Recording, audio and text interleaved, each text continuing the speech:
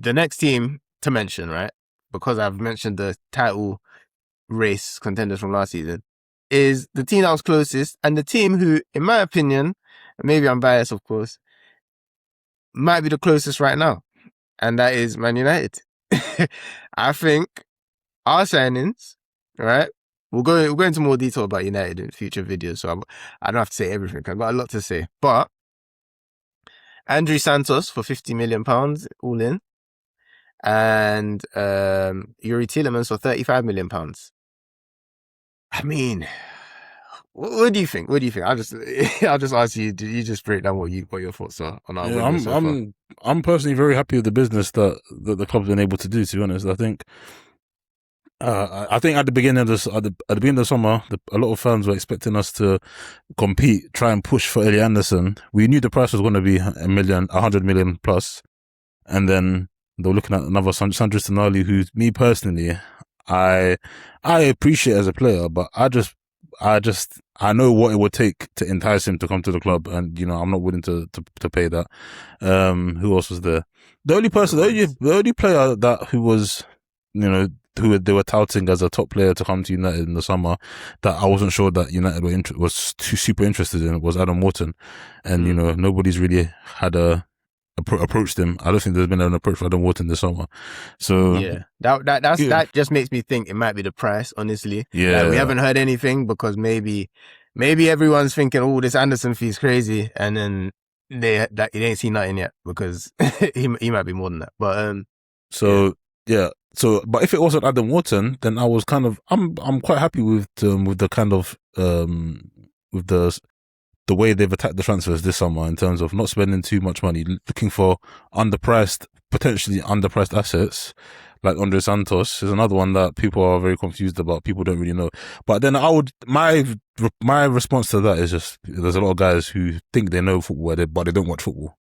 There's a lot. For me, Andrey Santos plays for Chelsea. Chelsea is one of the better clubs of course, last season didn't have a great season, but I watch enough Chelsea. I watch a lot of Premier League games, and to me, I feel like if you're somebody who thinks you've got good football knowledge, I don't see why you're not watching the Chelsea games, Liverpool games, to understand how good these players are. And Andrey Santos for me he's a very, very good player. Like, I'm kind of surprised that Chelsea, I think for me, the main thing was I was not expecting Chelsea for him to even be on the market, So just the fact that he was available for £50 million, I think, and this is what I'm going to give credit to the guys who were in charge at United, because they saw this opportunity and they did not wait. They took it quick, and I think that's a very good sign in terms of who's leading the transfers at United now.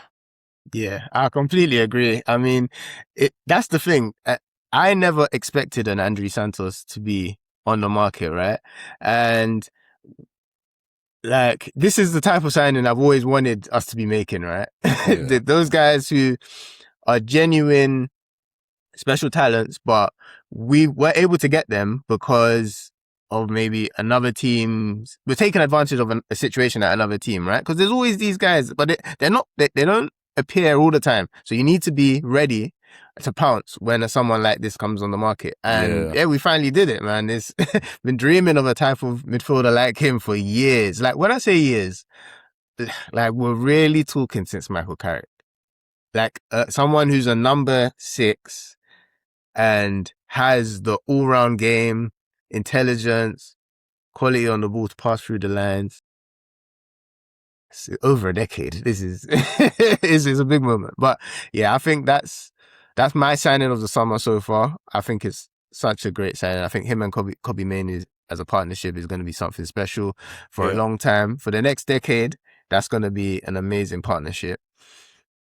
And yeah, it's the best signing we could have made, especially, as you said, looking at all those other targets we've been linked with, as you said, Tonali, Anderson, Tchouaméni recently, people like that.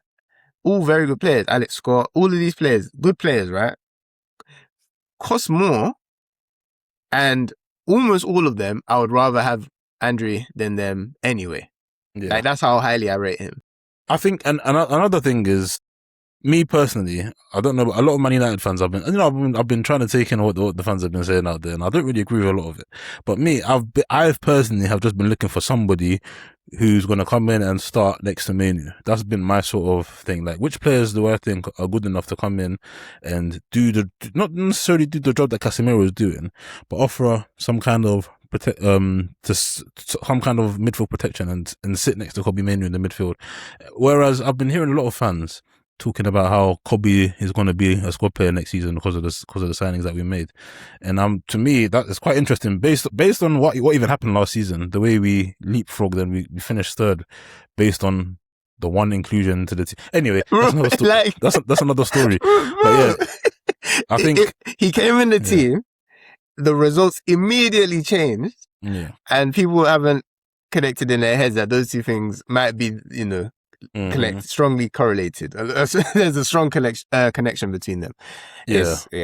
Mainoo, Andrey Santos. It's to me, we're talking about Keane, Scholes. Like, I don't want to go too overboard, right? But listen. Or Carrick, Scholes. Like, these partnerships where you got two players who are just so intelligent, have everything you need as a central midfielder in their game, in their locker, right? And aren't scared to take the game by the scruff of the neck in terms of taking responsibility on the ball, but also very good off the ball, like not just working hard, but good tacklers, It's, I've been dreaming of this, having the double pivot. For me, it's the most important position in football. So, for us to have neglected it for so long it's an embarrassment. But, this could be our time. This is the Carrick era. We're here now. And another thing to add on, like for me, Tielemans, fantastic squad option. Fantastic squad option because, as we know, we're going to have a lot more games this season, and Tielemans is fantastic to come in. I also think that now we have Tielemans, we have Andrey Santos, we have potentially Mason Mount, we have Kobbie Mainoo.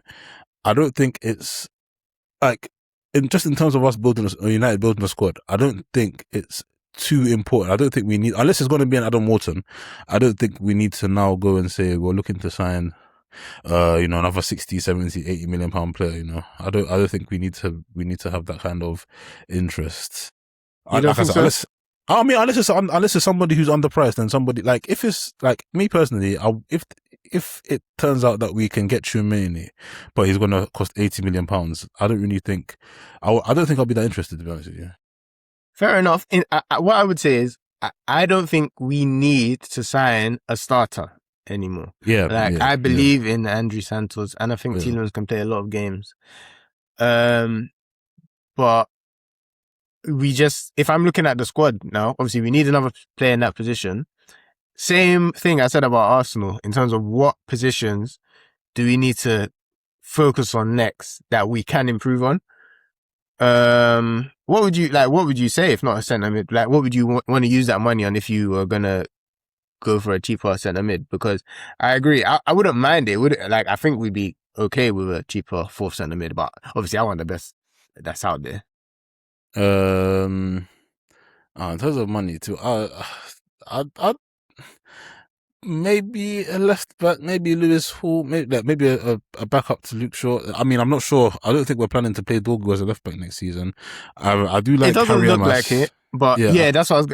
Harry Amas. So I'm not. Maybe all right. Maybe if we do have money, then we might as well just splash it. And use it on a squad. For me, another midfielder, right, protects us to the point where, just like any squad in Europe, really. And Tielemans is interesting because he sometimes for Villa he plays number 10, right? He can play as a number 10. And I think there will be games, especially where what we want is someone who's going to be keeping the ball, playing, less risky passes than Bruno, for example. I would like him to come on. There are other games where maybe Mason Mount's coming on because his work rate in the midfield three, that's more what we want. I feel like what we could easily have now, if we get a good number 6, is a team where Carrick, no matter what we're facing, has that flexibility in terms of tactics. And that's what I want. I want that in centre mid, and then I also want that, for me, left wing.